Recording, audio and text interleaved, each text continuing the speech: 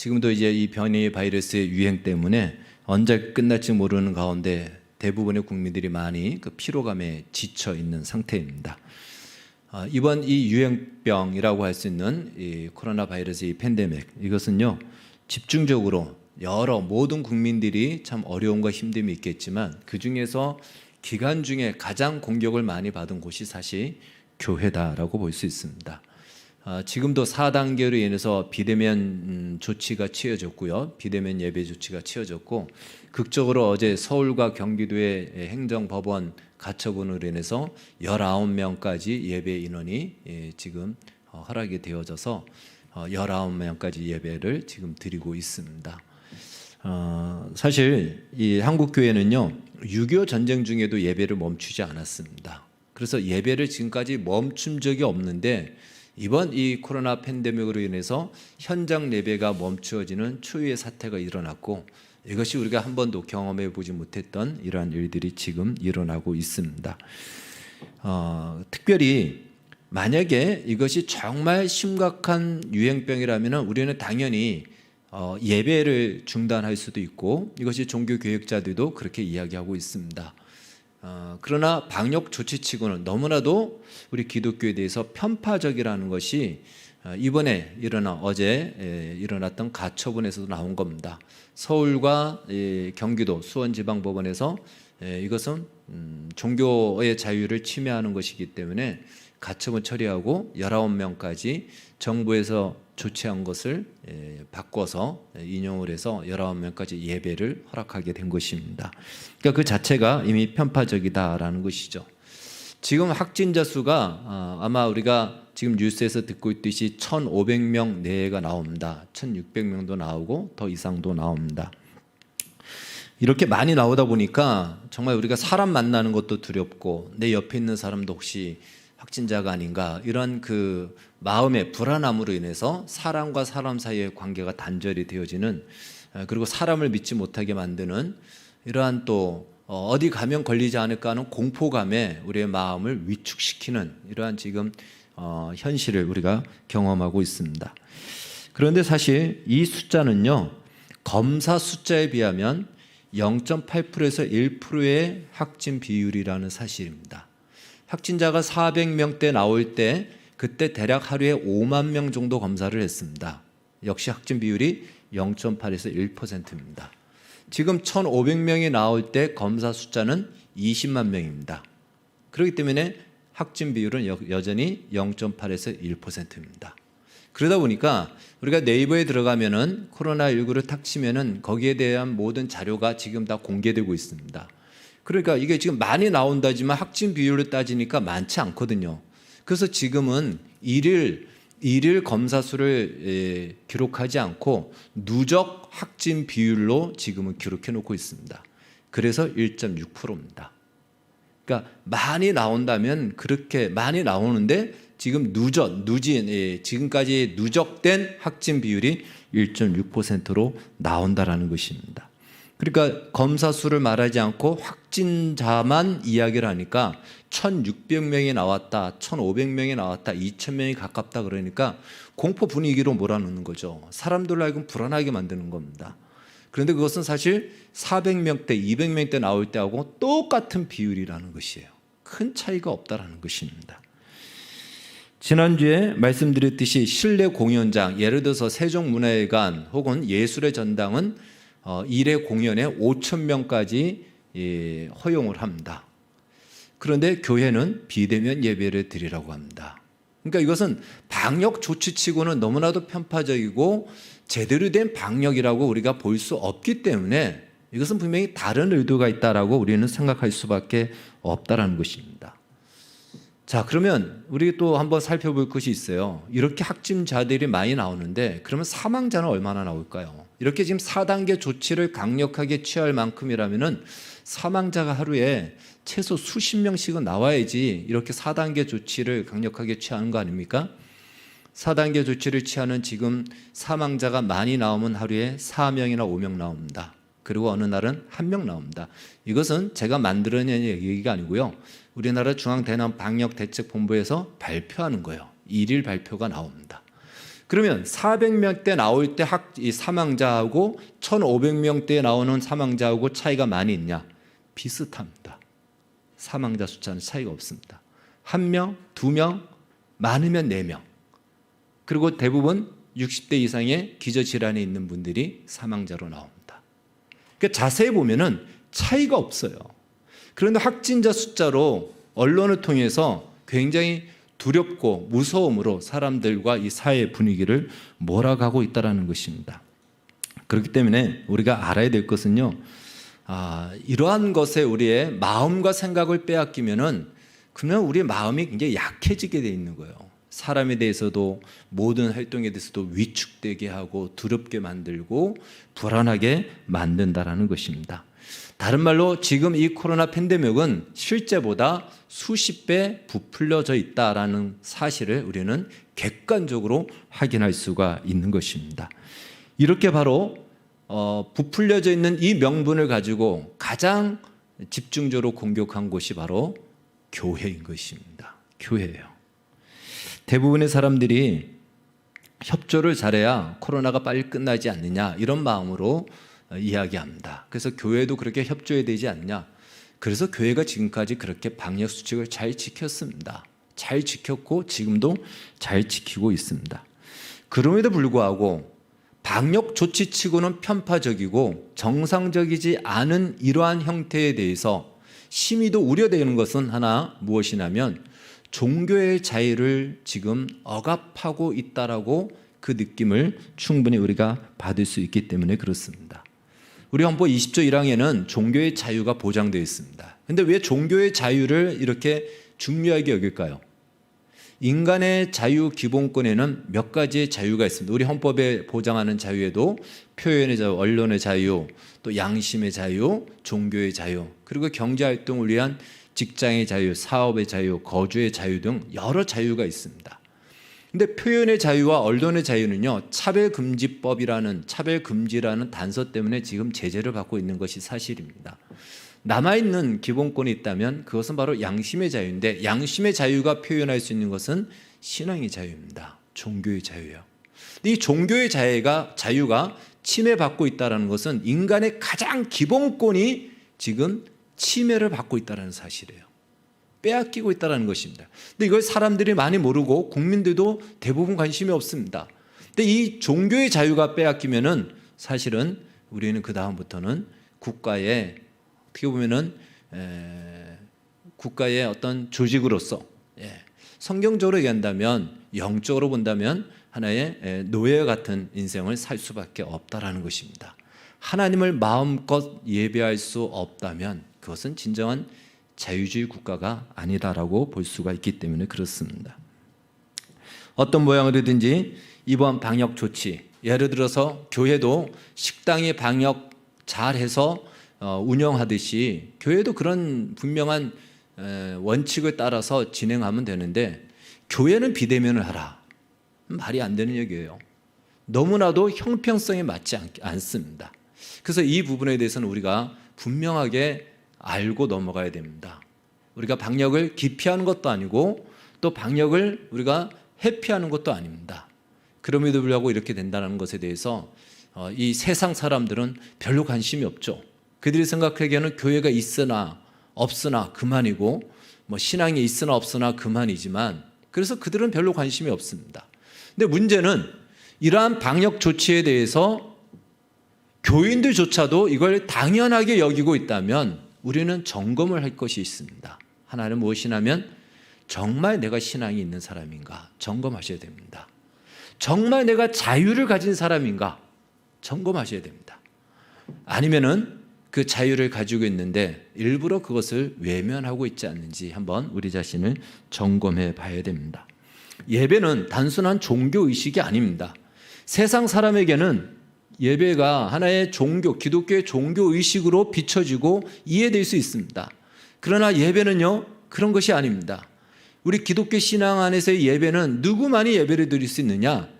진짜 자유를 가진 자만이 예배를 드릴 수가 있습니다. 그것이 성경이 우리에게 가르쳐주고 있는 큰 교훈입니다. 그래서 예배는 자유를 가진 자만이 드릴 수 있는 특권이며 또한 성도의 책임이기도 한 것입니다. 출애굽 당시에 모세가 애굽의 바로에게 가서 하나님이 이렇게 말씀하셨다. 내 백성을 보내라 라고 이야기했다. 그때 애굽의 바로가 물어봅니다. 왜 보내야 되는데? 왜 보내라고 하는데? 라고 했을 때 모세가 이렇게 대답을 합니다. 우리가 하나님께 제사를 드리기 위하여 라고 얘기합니다. 오늘로 얘기한다면 예배를 드리기 위하여 내 백성을 보내라. 그러니까 애굽의 바로가 이렇게 얘기해요. 그러면 이 땅에서 제사를 드려라. 이 애굽 땅에서 제사를 드리라. 예배를 드리라. 그걸 허락하겠다라고 이렇게 얘기합니다.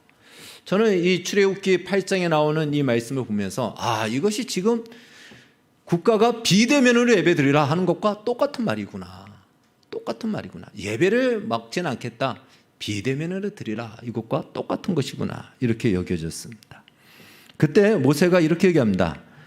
아니다. 우리는 사흘길을 광야로 가서 예배를 드릴 것이다. 우리를 보내라. 이렇게 얘기합니다.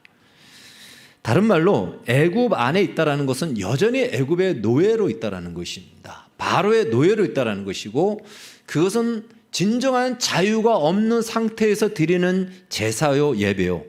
그것은 다른 말로 종교의식입니다. 여러분 진정한 자유가 없는 상태에서 예배를 드리는 거 종교의식이라고 얘기해요. 그러나 자유를 가진 자가 예배하는 것은 종교의식이 아닙니다. 종교의식을 뛰어넘는 하나님과의 생명적 교감이요. 그가 내 안에 내가 그 안에 있음을 확인하는 분명한 우리의 믿음의 고백이고 내용이고 실제인 것입니다. 따라서 예배는요. 자유를 가진 자만이 드릴 수 있습니다. 결국 하나님께서는 출애굽이라는 큰 기적을 베푸셔서 이스라엘 백성들이 애굽에서 출애굽하게 합니다. 다른 말로 자유인이 되게 하십니다. 그러고 난 뒤에 그 자유를 가지고 이제부터 너희가 마음껏 하나님을 예배하고 제사하라라고 주신 곳이 바로 가나안 땅입니다. 가나안 땅은 바로 자유를 가진 자만이 들어가서 하나님을 예배하고 제사할 수 있는 곳인 것입니다. 죄를 범하는 자마다 죄의 종이다. 너희는 본래 죄의 종이었더니 라고 성경은 이미 우리에게 말씀하고 있습니다. 우리는 죄의 종 노예였다라는 것이 성경이 이미 선언하고 있습니다. 그래서 엄밀한 의미에서 지금 예수를 믿지 않는 세상 사람들은요, 그들은 자유가 없는 사람들입니다. 자유가 아니에요. 그들은 죄의 종입니다. 그래서 종은요, 주인이 시키는 대로 할 뿐입니다. 그래서 그들은 죄가 이끄는 대로 인생을 살 뿐이지 진정한 의미에서 자유를 가지고 있지 않습니다. 진짜 자유를 가진 자는 두 가지의 가능성이 있어야 됩니다. 하나는 하나님을 예배할 수 있는 가능성과 또 하나는 하나님을 예배하지 않을 가능성, 두 가지가 다 있어야 돼요. 근데 역사상 어떤 사람도 하나님을 예배하겠다고 나온 사람이 한 명도 없다라는 것이에요. 다 하나님을 거부하고 외면하지 하나님은 나는 예배하겠다라고 나온 사람이 하나님의 은혜 없이 이루어진 사람은 한 명도 없다라는 것입니다. 왜 그럴까요? 성경은 이미 말하고 있죠. 의인은 없나니 하나도 없으며 깨닫는 자도 없고 하나님을 찾는 자도 없고 다 치우쳐 함께 무익하게 되고 선을 행하는 자는 없나니 하나도 없도다. 이럴 수밖에 없는 이유가 모두가 죄의 종이기 때문에 그렇습니다. 그래서 죄의 종인 사람들은 예배를 드릴 수가 없는 것이에요. 드리고 싶어도 드릴 수가 없습니다. 죄의 종인 사람이 예배에 참여한다면 그들은 바로 그것을 가지고 종교의식이다라고 말하는 것입니다. 우리 유행가사에 사랑은 아무나 하나 이런 말이 있죠. 예배는 아무나 드리는 것이 아닙니다. 우리는 이것이 자연스럽지만요, 이것은 선택을 받고 하나님의 택함을 받아 구원을 얻고 자유를 가진 자에게만 허락되어지는 예배라는 사실, 특권이라는 사실을 우리는 꼭 기억해야 되는 것입니다. 바로 진리랄지니 진리가 너희를 자유케 하리라. 내가 곧 길이요 진리요 생명이니 예수께서 진리이시고 예수께서 죄의 종이었던 우리를 자유케 했기 때문에 우리는 그 자유를 가지고 하나님을 예배하는 것입니다. 따라서 예배는 드려도 되고 안 드려도 된다고 생각하는 것은 굉장히 위험하다라는 것이에요. 이것은 둘 중에 하나라고 얘기했습니다. 하나는 뭐냐면 나는 진짜 자유를 가진 자가 아닌 거예요. 자유가 없기 때문에 그렇게 말할 수 있는 것입니다. 아직까지 죄의 종이기 때문에 그럴 수 있는 것입니다. 아니면 자유를 가진 자로서의 책임과 영광을 포기하는 것입니다. 그러니까 국가가 정당한 이유가 아닌 상태에서 우리의 예배, 우리의 신앙의 자유를 억압하는, 우리의 신앙의 자유의 표현은 예배로 나타나는데 그 예배를 반대하고 중단하고 이것을 제재한다는 것은 우리의 자유를 빼앗겠다라는 것입니다. 이것은 바로 애굽의 바로가 이 땅에서 제사해라, 종교의식 정도로 너희들은 끝내고 너희들은 애굽이 너희의 주인이고 바로가 너희의 주인인 것을 너희들은 잊지 마라, 이렇게 이야기하는 것과 똑같은 것이에요. 국가가 우리의 주인이 되는 것이에요. 국가의 노예로 살라는 것입니다.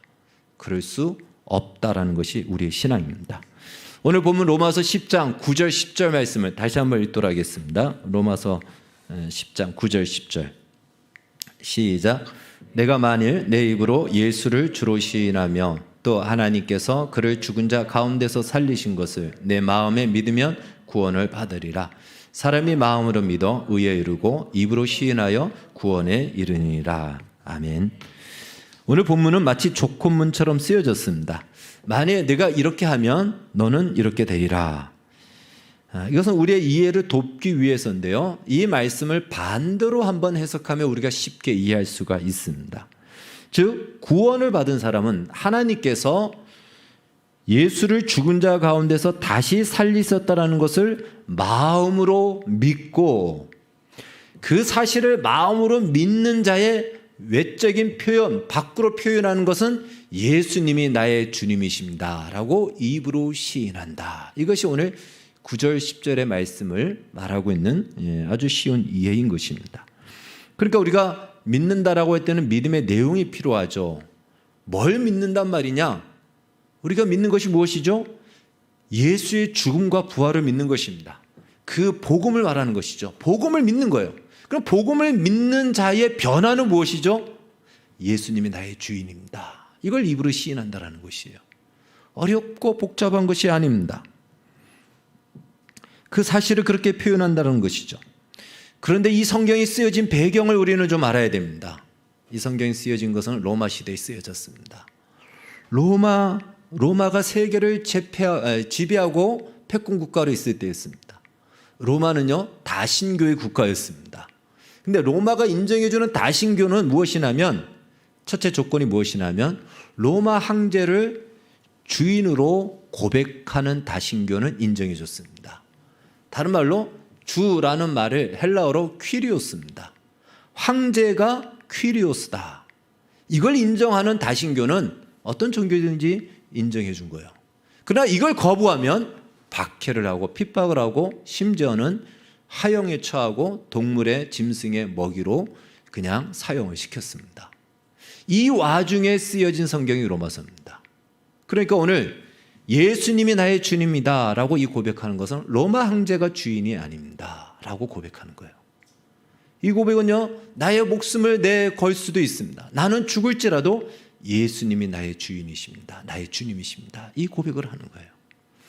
또 하나 이 오늘 로마서의 이 배경은 무엇이냐면 유대인들의 배경이 있어요. 유대인들은 자기 의가 강한 사람들이에요. 자기 의가 강한 사람들이란 것은 자기 인생을 자기가 주인이 되어 살겠다라는 것입니다. 그러니까 이 말은 내가 내 인생의 주인입니다. 이 말이 아니고 이제 나는 예수님이 나의 주인입니다. 이 고백하는 거예요. 그러니까 하나님이 예수를 죽은 자 가운데서 다시 살리셨다라는 것은 복음을 말하는 것인데, 복음을 받은 자, 복음을 믿는 자, 복음을 만난 자의 변화는 예수님이 나의 주님이다라는 분명한 입술의 고백과 시인이 나온다라는 것이에요. 상황과 현실과 지금의 환경이 어떠하든지 간에 그렇게 나온다라는 것이에요. 그러면 세상은 뭐라 그럴까요? 너 지금 대세도 모르냐? 그렇게 했다가는 너희 핍박을 받고 아예 너희 종교 자체가 없어질 수 있어. 황제가 지배하는 나라인데, 황제가 주인이라고 하는 이 나라에서 황제가 주인이 아니라고 얘기한다면 어떻게 너희들이 포교활동을 하려고 그래? 멍청하다라고 얘기하겠죠. 또 세상은 이렇게 얘기하겠죠. 아니, 우리 인생을 살아가는 것이 다 자기를 위해서 살아가고 자기 행복을 위해서, 자기 목적을 위해서, 자기 만족을 위해서, 자기 자랑을 위해서, 자기 의를 위해서 살아가는데 너가 너희 인생의 주인이 아니고 예수가 너의 주인이라고? 너는 그러면 예수가 주인이면 너는 왜 사니? 이렇게 우리를 조롱할 것입니다. 이러한 조롱과 대세 속에서 오늘의 이 고백이 있는 것이죠. 예수가 나의 주이십니다. 예수가 나의 주님이십니다.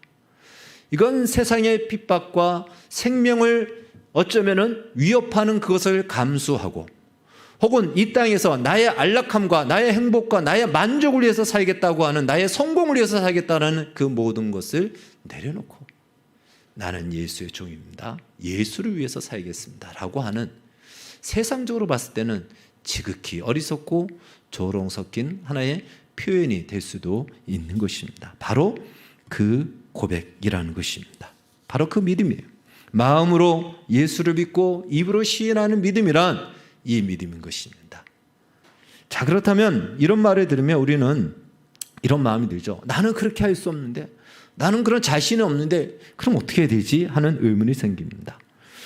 물론 예수를 믿는, 이 믿는 것을 종교로 생각하면 꼭 그렇게까지는 아닌 모양을 가지고 있는 상태에서 얼마든지 내용은 그렇게 같지 않고 종교의식을 치를 수도 있고 종교를 기독교로 가질 수도 있을 것입니다. 그러나 이 말씀은요, 오늘 이 말씀은 내가 할 수 있고 없고의 문제가 아닙니다. 또 내가 이것을 하느냐 안 하느냐 이런 문제가 아니에요. 예수님을 인격적으로 만난 사람은 이렇게 고백할 수밖에 없고 이렇게 나올 수밖에 없습니다. 그것이 사실이고 그 예수님을 만남으로 말미암아 세상이 바뀌었기 때문에 이렇게 나올 수밖에 없어요. 또 하나는 예수를 믿는 것이 무엇인지를 알고 제대로 알면은 얼마든지 이러한 신앙의 고백을 할 수 있다는 것입니다. 그건 모두 너무나도 당연하고 자연스럽습니다. 따라서 저는 여러분 모두가 예수님을 인격적으로 다 만나기를 간절히 축복합니다. 예수님을 만나셔야 됩니다. 원래 예수님을 내가 만난 기억이 없다고 하여서 구원을 받지 못한다, 그 얘기는 아닙니다. 왜? 너무 어릴 때 만날 수도 있거든요. 그래서 기억이 나지 않을 수도 있습니다. 그렇다면 이제 예수를 믿는다는 것이 무엇인지를 우리는 좀 더 알아야 됩니다. 그러니까 예수 믿는 것이 나의 느낌으로만, 예수 믿는 것을 그냥 세상이 생각하는 그 정도의 종교로 생각하지 마시고 성경에 예수를 믿는 것이 어떤 내용을 그 안에 함축하고 약속하고 있는지를 우리가 제대로 알 때, 나의 믿음이 무엇인지를 알 때 우리는 이 세상을 두려워하지 않을 수 있고 세상에 대해서 초연할 수도 있고 담대할 수가 있다는 것입니다. 세상에서는요, 신앙을 신념으로 이해합니다. 신념이란 굳게 믿는 마음이다라고 이렇게 이야기합니다. 다 신념을 갖고 살고 있죠. 그런데 사람이 밑도 끝도 없이 뭘 믿지 않습니다.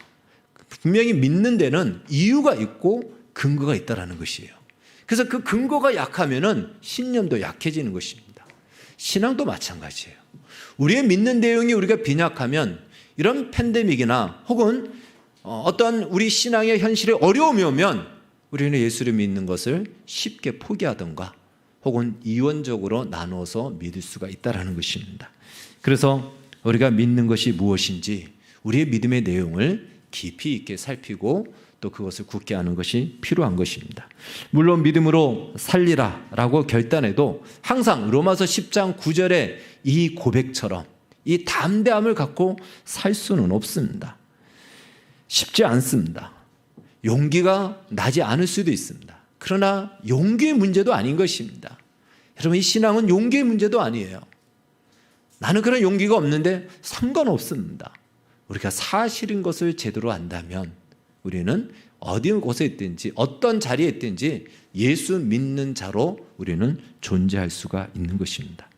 우리는 거꾸로 이렇게 접근할 수 있습니다. 과연 예수를 믿는 것이 무엇이기에 세상의 대세가 다 이럼에도 불구하고 그것과 반대되는 그런 고백을 한단 말인가? 둘 중에 하나 아닙니까? 정신 나간 사람이던가 아니면 그것이 진짜인가? 과연 예수를 믿는 것이 무엇이기에 다 자기를 위해서 사는 것이 성공한 인생이고 그것이야말로 지혜로운 인생이라고 세상은 다 얘기하는데 어찌하여 예수의 종으로 살겠다는 말인가? 오늘 영상에 본 것처럼 저 선교사님처럼 의사에 보장된 생활을 버리고 저렇게 고생하며 살겠다고 말하는가? 예수를 믿는 것이 과연 무엇이기에? 둘 중에 하나죠. 예수 믿는 것이 정말 세던가 아니면은 정신 나갔던가 둘 중에 하나인 것입니다. 그래서 우리 예수 믿는 것을 간단하게 쉽게 치부할 문제가 아니라는 것입니다. 많은 경우 우리는 지금의 나의 실력으로, 지금 내가 가지고 있는 신앙의 지식과 지금 내가 가지고 있는 이 현실로 이 로마서 10장 9절 10절의 삶을 살려고 하니 자신이 없는 거예요. 지금 내 실력으로 하려니까 안 된다는 거죠. 그것이 우리 인간의 태도인 것입니다. 오늘 우리 성경 읽은 말씀 6절 7절에 보면은 바울은 이렇게 얘기해요. 다른 말로 누가 하늘에 올라가겠느냐, 누가 무저갱이 내려가겠느냐라고 하지 말라라고 합니다. 사람들은 이렇게 얘기해요. 누가 하늘에 올라가서 그리스도를 데리고 올 것이며 누가 무저갱에 내려가서 바로 거기서 구원의 길을 찾아올 것인가. 다른 말로 방법만 알려주면 할 수 있다라고 생각한다라는 거예요. 인간은 항상 그런 마음을 가지고 있었습니다. 이 말씀요, 신명기 30장에 있는 말씀을 그대로 인용한 거예요. 한번 12절에서 14절 말씀 한번 읽어보겠습니다. 시작. 하늘에 있는 것이 아니니 내가 이르기를 누가 우리를 위하여 하늘에 올라가서 그 명령을 우리에게로 가지고 와서 우리에게 들려 행하게 할고 할 것이 아니요 이것이 바다 밖에 있는 것이 아니니 내가 이르기를 누가 우리를 위하여 바다를 건너가서 그 명령을 우리에게로 가지고 와서 우리에게 들려 행하게 할고 할 것도 아니라 오직 그 말씀이 내 계심이 가까워서 내 입에 있으며 내 마음에 있은즉 내가 이를 행할 수 있느니라. 아멘. 다른 말로 우리에게 방법만 알려주면 우리 인간은 할 수 있다라는 거예요. 내가 할 수 있고 우리 인간이 할 수 있으니까 방법만 알려달라. 구원의 길이 무엇인지, 의로워지는 것이 무엇인지, 완전해지는 것이 무엇인지 방법만 알면 우리는 할 수 있다. 이것이 이 표현이에요. 인간은 여전히 끊임없이 자기의 실력과 자기의 능력으로 이 자리에 이를 수 있다라고 자신만만합니다. 그런데 성경이 이렇게 얘기해요. 아니 그렇게 어렵게 생각하지 마. 그냥 가까이 있어. 오늘 본문도 나오고 신명기에도 말하고 있어요. 내 입에 있고 내 마음에 있는 하나님 말씀에 순종하면 돼. 그런데 유대인들은 무엇이죠? 율법은 지키겠다. 어떤 어려움이 있어도 내 목숨을 걸고라도 지키겠다. 그런데 하나님께는 순종하지 않겠다고 합니다. 이것이 인간입니다. 여러분, 율법을 행하는 것은 궁극적으로는 하나님께 순종하는 것이에요. 그런데 이 이스라엘 백성들은 오해했고 이것을 잘못 사용을 했습니다. 율법은 지키겠다라는 거예요. 그런데 하나님께는 순종하지 않겠다라는 것입니다. 뭐가 차이가 있죠? 율법을 지키는 것은 내가 주도하여 내 인생에 내가 주인이 되어 그것을 행하고 이루겠다라는 것이에요. 그러나 하나님께 순종하는 것은 하나님이 주인이 되는 인생은 살지 않겠다라는 것이에요. 여러분, 이것이 모순이죠. 이것이 유대인들이 착각한 것이고 유대인들이 실수한 것입니다. 그리고 여전히 오늘 우리도 동일하게 실수하고 착각하는 것입니다. 율법을 지키는 것, 얼마든지 내가 내 인생의 주인이 되어서 하겠다라는 거예요. 우리 기독교의 복음도 그렇게 이해하는 사람들이 있어요. 그래서 마치 우리의 구원을 득도하고 깨달음을 가지는 것으로 우리가 구원에 이른다라고 생각하는 사람들이 있습니다. 전혀 그렇지 않습니다. 율법을 지키는 것은 하나님 앞에 하나님이 주인이십니다. 나는 그 주인 앞에 말씀 앞에 순종하겠습니다. 이것이 율법을 지키는 제대로 된 마음과 태도인 것입니다. 달러면 우리도 우리가 받은 이 구원, 우리가 얻은 이 구원에 대해서 우리도 아직 잘 모르고 있다라는 것입니다. 사람이 의로워지고 자유로워지는 것은 능력의 문제가 아닌 것이에요. 할 수 있고 없고의 그런 문제가 아닌 존재의 문제인 것입니다. 하나님께서 이스라엘 백성이 애굽에 있을 때 율법을 주지 않고 애굽에서 나온 뒤에 율법을 주신 이유가 있어요. 지난주에도 이걸 말씀을 전했지만 조금 다른 각도입니다. 왜 하나님께서는 애굽에 있지 않고 시내산에서 율법을 주셨을까? 이걸 제대로 모르면 율법에 대해서 완전히 다른 이해를 가지게 됩니다. 유대인들이 그 실수를 한 것입니다. 사실 이 출애굽의 모든 여정 속에서 하나님이 가장 감격스럽고 기다렸고 하나님도 하고 싶었던 사건이 있었다면 여러분은 무엇을 꼽겠습니까? 홍해를 가를 때였을까요? 저는 시내산에서 율법을 주실 때다 이렇게 생각합니다. 하나님은 가장 이스라엘 백성들의 가슴 설레하면서 기다리고 내가 이때를 기다렸다라고 한 것이 바로 율법을 주실 때였습니다. 하나님께서 이스라엘 백성들을 출애굽시킬 때 그 과정을 보십시오. 율법을 대번에 주고 싶었죠. 그러나 이 애굽에 있을 때는 줘서는 안 되는 것이에요. 애굽의 노예입니다. 홍해 갈릴 때도 아닌 것이에요. 그 과정을 보십시오. 하나님이 찾아가십니다. 이스라엘 백성들을 찾아가셨어요. 이스라엘 백성들이 요청하지도 않았습니다. 근데 찾아가셔서 그들의 조상에게 약속한 대로 그의 사랑하심의 뜻을 따라서 그들을 기적으로 구원해 내십니다. 홍해를 가르게 하시고 그 다음에 광야를 지나면서 낮에는 구름 기둥과 불 기둥으로 그리고 만나와 메추라기로 먹이면서 그리고 목이 마를 때는 반석을 갈라서 물을 주시면서 그들로 하여금 그 길을 걷게 하면서 시내산에 이르게 합니다. 그리고 그 자리에 왔을 때 비로소 하나님이 내가 이때를 위하여 바로 이 순간에 기다렸다. 이제 너희는 나의 거룩한 백성이다. 내 백성이라는 분명한 증거, 그것이 바로 이 율법이다. 이제는 너희는 이 율법을 따라 거룩한 백성으로 살으라라고 주시는 장면이라는 것입니다. 저는 이 말씀을, 이 장면을 생각하면서 이 시점이 가장 감격스러우려면 그 이전의 과정, 지금까지 말씀했던 것들이 전제되어야지만이 감격스러워요. 그것이 무시돼서는 감격스럽지가 않습니다. 하나님이 이때를 위해서 그 전의 과정들을 다 거친 것인데 이것은 마치 한 평생을 산 시어머니가 이제 당신의 날이 얼마 남지 않은 것을 알고는 맏며느리를 부르는 것이에요. 맏며느리를 부르고는 장롱 깊은 곳에 숨겨놓았던 반지와 이 옛날에 이 머리 꼽는 뭐라 그럽니까? 비녀, 그 다음에 놀이개 막 이런 것들을 꺼내면서 주는 거예요. 주면서 말합니다. 야, 이것은 우리의 10대 조상적부터 종갓댁 맏며느리에게 내려왔던 것이다. 이것은 그냥 반지가 아니고 그냥 비녀가 아니고 그냥 놀이개가 아니고 10대 조상적부터 종갓댁 맏며느리들이 전에 내려온 상징이다. 결코요 잃어버리면 안 된다. 전쟁에 나갈 때도 이것만큼 챙겨가라. 굶어 죽는 날이 있어도 이건 팔지 말아라. 그리고 잘 지켰다가 너의 다음 며느리, 맏며느리한테 이걸 물려줘라. 이렇게 주는 것과 같은 거예요. 그 반지가 한 돈이면 한 돈의 가치가 있을 것이고요. 놀이개도 그렇고 그 당시에 시중에서 살 수도 있는 것이겠죠. 그러나 그 전제, 10대 조상적부터 내려왔다고 하는 그 전제가 빠지면 그냥 그 가치예요. 그러나 그 전제가 주어지는 순간 이것은 단순한 반지가 아니죠. 이건 단순한 비녀가 아니고 단순한 놀이개가 아닌 것입니다. 값으로 매길 수 없는 그 가치가 그 안에 담겨져 있는 것이에요. 그래서 이제 나는 가지만 너는 이것을 지키고 이것을 전해주는 이 책임을 다하고 그것을 명예로 여겨라. 그러니까 그 며느리는 그때부터 이걸 가지고 있는 거, 이걸 지키는 거, 이걸 전해주는 거, 그것이 그의 책임이면서 그것이 그의 명예와 자랑이 되는 것이죠. 율법이 바로 그것이라는 거예요.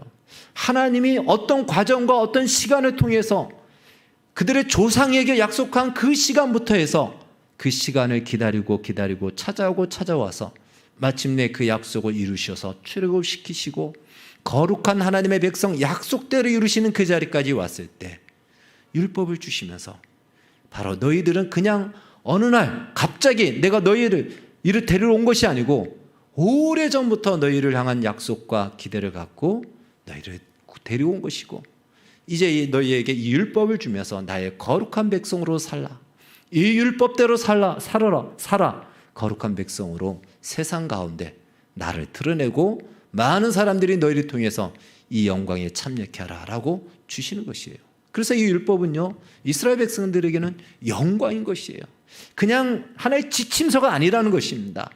이것은 하나님이 이 율법을 주시기 전까지의 모든 과정이 다 이 안에 녹아져 있어서 우리가 살아가는 삶의 목적은 이 율법을 따라 살아 거룩한 백성이 되는 것이고 이렇게 사는 것은 우리의 즐거움이고 영광이고 자랑이고 명예고 그리고 우리의 책임이다.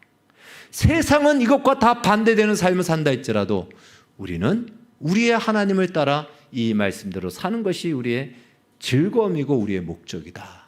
이것이 유대인들이, 이스라엘 백성들이 받았어야 될 율법에 대한 이해였던 것입니다. 그래서 율법을 지키는 것은요, 우리의 자유를 얽어매고 또 지키면 상을 주고 안 지키면 벌을 주는 그러한 어떤 기준으로 사용될 수 있는 것이 아니라는 것이에요. 그래서 이미 애굽에서 건지고 난 뒤에 율법을 주신 것이다 라는 것입니다. 반제의 가치가 앞선 10대의 조상적부터 내려왔던 것처럼 바로 율법의 가치도 하나님이 그 이전부터 이스라엘을 위해서 약속하시고 그 시간을 지키시고 하나님의 성실과 신실함을 포기하지 아니하시고 찾아오신 하나님의 하나님됨의 가치와 비례하고 있다라는 것입니다. 우리의 구원도 마찬가지죠. 어느 날 눈을 떴는데 예수가 믿어져요. 우리 예수 믿으려고 노력한 분들이 있습니까? 밤새서 기도했습니까? 안 믿어져가지고 밤새서 성경을 읽은 분들이 있습니까? 개 중에는 있습니다.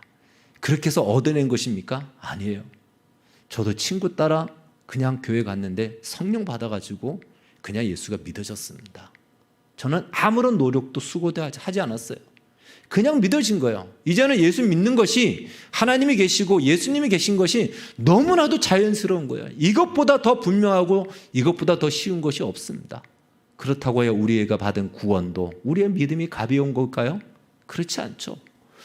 우리로서는 얻을 수 없기 때문에 하나님께서 하나님이 대신 일하시고 우리에게 이 믿음을 주신 것이죠. 그렇다면 우리는 우리가 받은 이 믿음을 우리가 값을 지불하지 않고 믿었기 때문에 우리는 어쩌면 이것을 가볍게 생각하는 것입니다. 우리 말에도 공돈으로 얻은 돈은 어떻게 됩니까? 그거 그냥 금방 써버리잖아요. 금방 써버립니다. 공돈으로 얻은 것은 그냥 써버려요. 혹시 우리가 이 구원과 믿음을 그렇게 생각하고 있지 않는지 돌아봐야 됩니다. 내가 얻을 수 없어서 주신 거라면 이게 무엇이기에 우리의 노력으로도 되지 않고 애씀으로도 되지 않는 것인지 예수 믿는 것이 무엇인지 우리는 깊이 있게 이 부분을 가지고 살펴보고 해야 된다는 것이죠. 그런데 사람들은 어떤다고요?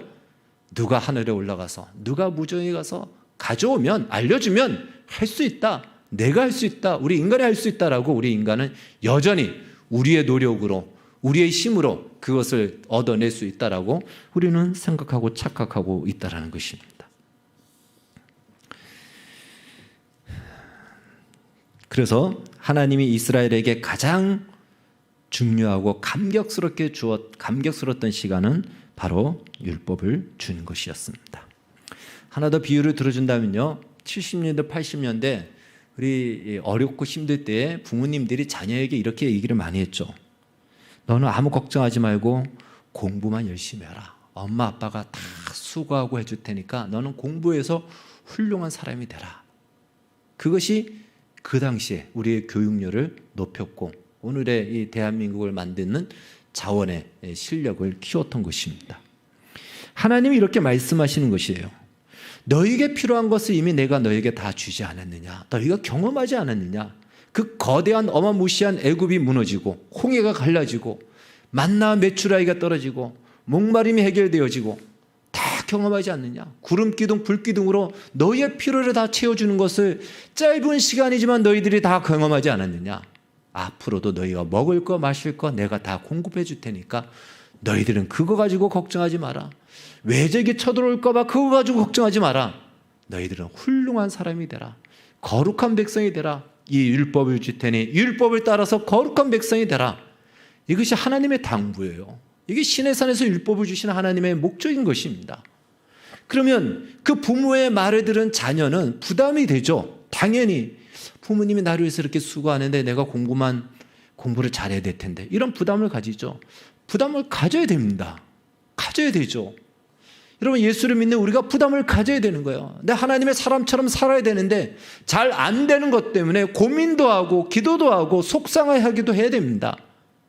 그러나 그래서 자녀가 열심히 공부해서 공부하는 것 자체가 부모가 기뻐하는 것이고 공부해서 훌륭한 사람이 되면 그것이 부모의 자랑이고 나의 영광이고 명예가 되는 것처럼 우리가 하나님의 말씀대로 살고 살다가 실패해도 다시 그 말씀대로 살고 누가 뭐라 하든 내 부모의 말대로 하나님의 말씀대로 나는 그 말씀을 따라 그 율법을 따라 사는 것을 자랑스럽게 여기는 것, 그것이 하나님의 기쁨이고 보람인 것입니다.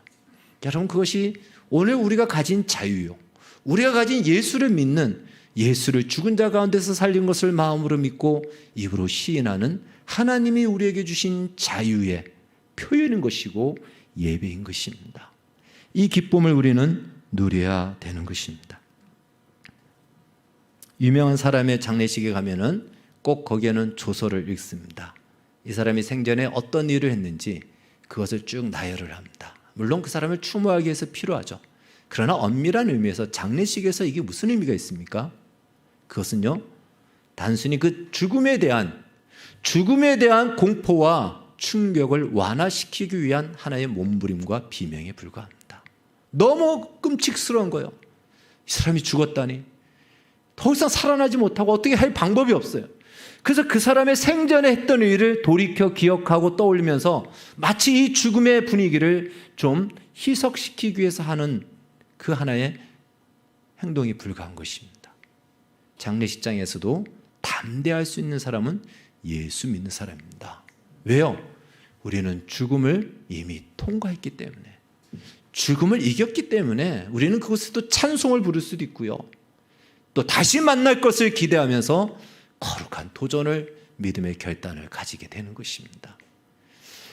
예수만이 이 죽음의 문제를 해결했습니다.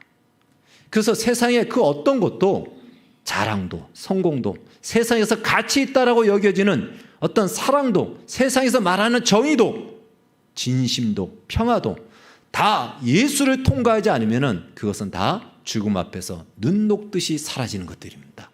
그래서 오늘 말씀 마지막 절에 보면은 주님께서, 하나님께서 내가 광야에 거치는 돌과 걸림돌을, 부딪히는 돌을 두었나니 그 돌은 무엇이죠? 이사야에서도 얘기하고 있습니다. 예수 그리스도입니다.